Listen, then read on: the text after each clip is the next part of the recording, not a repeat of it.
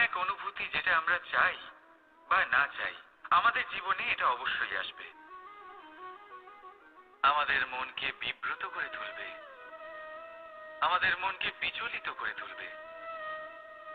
কখনো ভেবে দেখেছেন এই দুঃখ আমাদের জীবনে কেন আসে, কিভাবে আসে? যদি আপনি মন দিয়ে চিন্তা করেন তাহলে আপনি বুঝতে পারবেন যে এই দুঃখের অনুভূতি পরিস্থিতির থেকে বেশি মানসিকতার থেকে বেশি আশেপাশের লোকজনের সাথে জড়িয়ে। কারণ আশেপাশের লোকজনেরাই আপনার জন্য পরিস্থিতি তৈরি করেন, যা ভালোও হতে পারে আবার খারাপও।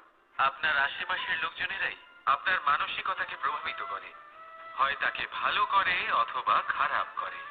আমাদের জীবনের অর্ধেক দুঃখ এই কারণে যে আমরা তাদের উপরে আশা রাখি যাদের উপরে কোনো আশা রাখা উচিত নয়, আর অর্ধেক দুঃখ এই কারণে যে আমরা তাদের উপরে সন্দেহ করি যাদের উপর সেটা করা উচিত নয়।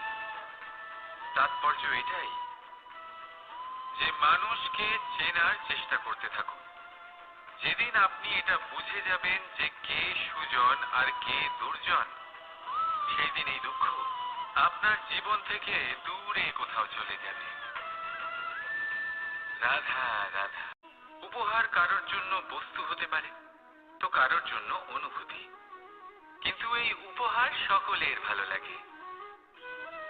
এবার যদি জিজ্ঞেস করা হয় যে উপহার কিরকম হওয়া উচিত, তাহলে কেউ বলবে যে উপহার এমন হওয়া উচিত যার সাথে আমরা সোনার উপর তুলনা করতে পারি। কেউ বলবে এমন উপহার হওয়া উচিত যা পেলে কারোর মন খুশি হয়ে ওঠে, সে আনন্দ উপভোগ করে। ব্যক্তি উপহার যা দিচ্ছে তা নির্ভর করছে তার আর্থিক অবস্থার উপরে।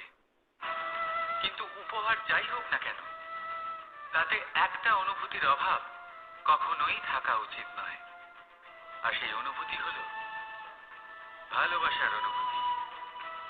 তাই মনে রাখবেন, ভালোবাসার থেকে বড় উপহার আর কিছুই নেই। আর যদি ভালোবাসার এই উপহার আপনি লাভ করেন, তার থেকে বড় আর কোনো সম্মান নেই। রাধা রাধা। বৃক্ষের বীজ একটা সর্ষের দানার থেকেও ছোট হয়, কিন্তু যখন এটা বড় হয় তখন একটা বট গাছের মতো বৃহৎ আর মহান হয়ে ওঠে। গঙ্গা নদী, এর প্রারম্ভ হয় একটা ছোট্ট আর সরু স্রোত দিয়ে, তারপর সেটা বড় ধারায় বদলে যায়, তারপর সেটা নদীতে বদলে যায়, আর তারপর মহানদীতে পরিবর্তিত হয়। আপনি কি বুঝতে পারছেন যা আমি আপনাকে বোঝানোর চেষ্টা করে চলেছি?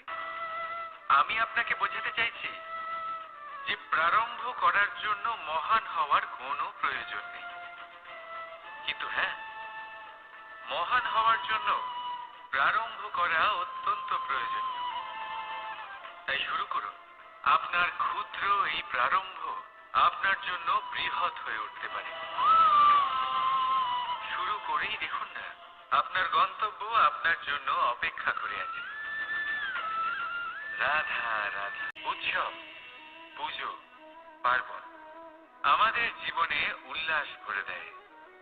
এবার দীপাবলির উৎসব এসেছে। আপনি কখনো ভেবেছেন যে এইসব উৎসব যেমন গুরু পূর্ণিমা, দোল, রাখি বন্ধন, এইসব পূর্ণিমার দিনে অনুষ্ঠিত হয়, যখন চাঁদ আকাশে পুরোপুরি ভাবে দেখা যায়। কিন্তু দীপাবলির এই শুভ উৎসব অনুষ্ঠিত হয় অমাবস্যার দিবসে।